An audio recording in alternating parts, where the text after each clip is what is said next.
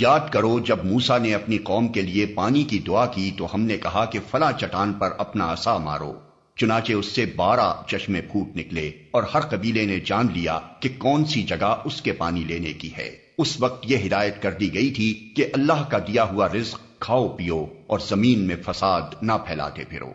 یاد کرو جب تم نے کہا تھا کہ اے موسیٰ ہم ایک ہی طرح کے کھانے پر صبر نہیں کر سکتے، اپنے رب سے دعا کرو کہ ہمارے لیے زمین کی پیداوار، ساگ، ترکاری، کھیرا، ککڑی، گیہوں، لہسن، پیاز، دال وغیرہ پیدا کرے۔ تو موسیٰ نے کہا کیا ایک بہتر چیز کی بجائے تم ادنا درجے کی چیزیں لینا چاہتے ہو؟ اچھا کسی شہری آبادی میں جا رہو، جو کچھ تم مانگتے ہو وہاں مل جائے گا۔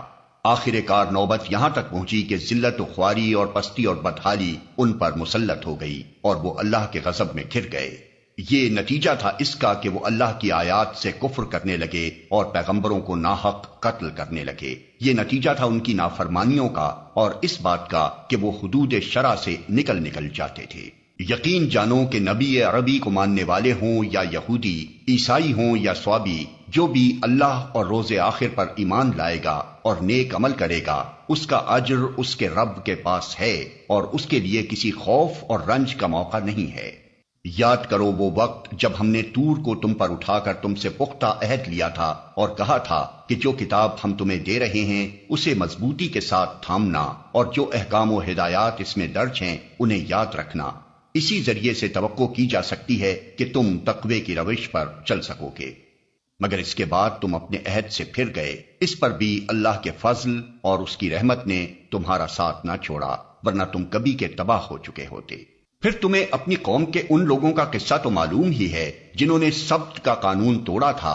ہم نے انہیں کہہ دیا کہ بندر بن جاؤ اور اس حال میں رہو کہ ہر طرف سے تم پر دھتکار پھٹکار پڑے۔ اس طرح ہم نے ان کے انجام کو اس زمانے کے لوگوں اور بعد کی آنے والی نسلوں کے لیے عبرت اور ڈرنے والوں کے لیے نصیحت بنا کر چھوڑا۔ پھر وہ واقعہ یاد کرو جب موسیٰ نے اپنی قوم سے کہا کہ اللہ تمہیں ایک گائے ذبح کرنے کا حکم دیتا ہے۔ کہنے لگے کیا تم ہم سے مذاق کرتے ہو؟ موسیٰ نے کہا میں اس سے خدا کی پناہ مانگتا ہوں کہ جاہلوں کی سی باتیں کروں۔ بولے اچھا اپنے رب سے درخواست کرو کہ وہ ہمیں اس گائے کی کچھ تفصیل بتائے۔ موسیٰ نے کہا اللہ کا ارشاد ہے کہ وہ ایسی گائے ہونی چاہیے جو نہ بوڑھی ہو نہ بچیا بلکہ اوسط عمر کی ہو، لہٰذا جو حکم دیا جاتا ہے اس کی تعمیل کرو۔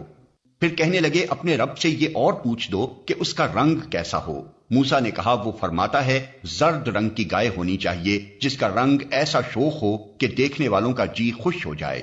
پھر بولے اپنے رب سے صاف صاف پوچھ کر بتاؤ کیسی گائے مطلوب ہے، ہمیں اس کی تعیین میں اشتباہ ہو گیا ہے، اللہ نے چاہا تو ہم اس کا پتہ پا لیں گے۔ موسیٰ نے جواب دیا اللہ کہتا ہے وہ ایسی گائے ہے جس سے خدمت نہیں لی جاتی، نہ زمین جوتتی ہے نہ پانی کھینچتی ہے، صحیح سالم اور بے داغ ہے۔ اس پر وہ پکار اٹھے کہ ہاں اب تم نے ٹھیک پتہ بتایا ہے۔ پھر انہوں نے اسے ذبح کیا ورنہ وہ ایسا کرتے معلوم نہ ہوتے تھے۔